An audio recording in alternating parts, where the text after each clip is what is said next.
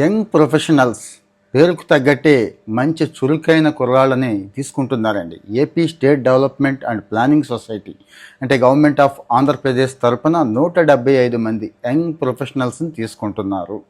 వీళ్ళ పని ఏంటి అంటే కాన్స్టిట్యున్సీకి ఒకళ్ళు ఉంటారండి. అంటే ఆ నియోజకవర్గాన్ని డెవలప్ చేసే క్రమంలో ఆఫీసర్స్కి హెల్ప్ చేసే పని వీళ్ళది అన్నట్టు. ఎవరికి అంటారా?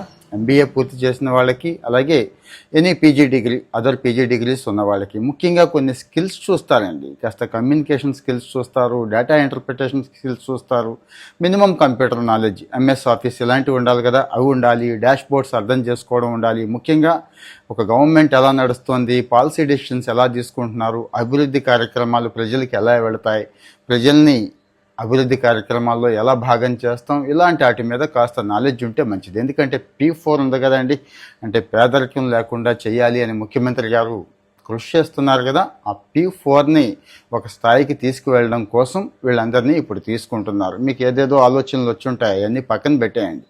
యంగ్ ప్రొఫెషనల్స్ అంటే యంగ్ ప్రొఫెషనల్స్ మంచి వాళ్ళని, అంటే మంచి వర్త్ ఉన్న వాళ్ళని, సరుకున్న వాళ్ళని తీసుకుంటారు.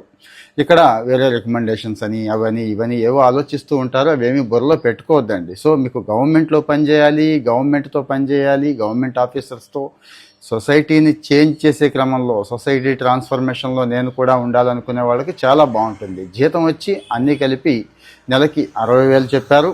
60,000 ఇస్తారండి. ఇది పూర్తిగా కాంట్రాక్ట్ పోస్ట్ అండి. కాంట్రాక్ట్ పోస్ట్ తర్వాత రెగ్యులైజ్ చేస్తారా లేకపోతే కంటిన్యూ చేస్తారా అనేది మనం ఇప్పుడే చెప్పుకోలేం కాబట్టి, సో ఇంట్రెస్ట్ ఉంది అనుకునే వాళ్ళు అప్లై చేసేసుకోండి, డైరెక్ట్గా అప్లై చేసేసుకోండి. ఇక్కడ వాళ్ళ వెబ్సైట్ ఇస్తున్నాను, ఆ వెబ్సైట్లోకి వెళ్ళండి, డైరెక్ట్గా అప్లై చేసేసుకోండి.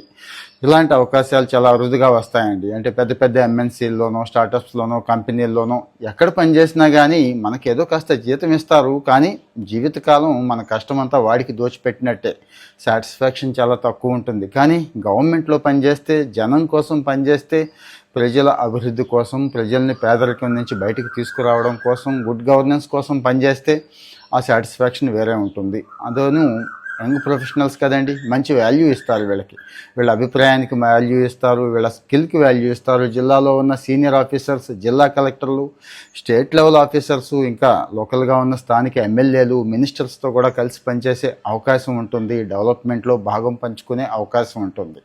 గవర్నమెంట్ ఎప్పుడో కానీ ఇలాంటి అవకాశాలు కల్పించవు. ఏదో ఇన్నోవేటివ్ గవర్నమెంట్స్ గట్టిగా చేద్దాం అనుకునే చోట ఇలాంటి అవకాశాలు వస్తాయి. కాబట్టి మరి మీరు యంగ్ ప్రొఫెషనల్ అవుతారా? మీకు ఆ స్కిల్ ఉందా, ఇంట్రెస్ట్ ఉందా? మీ వాళ్ళకు కూడా షేర్ చేయండి. ఇంకా ఎలాంటి మంచి ఇన్ఫర్మేషన్ కోసం ముందైతే ఫాలో చేస్తూ ఉండండి. కామెంట్లో డౌట్స్ ఉంటే పెట్టండి. Thank you.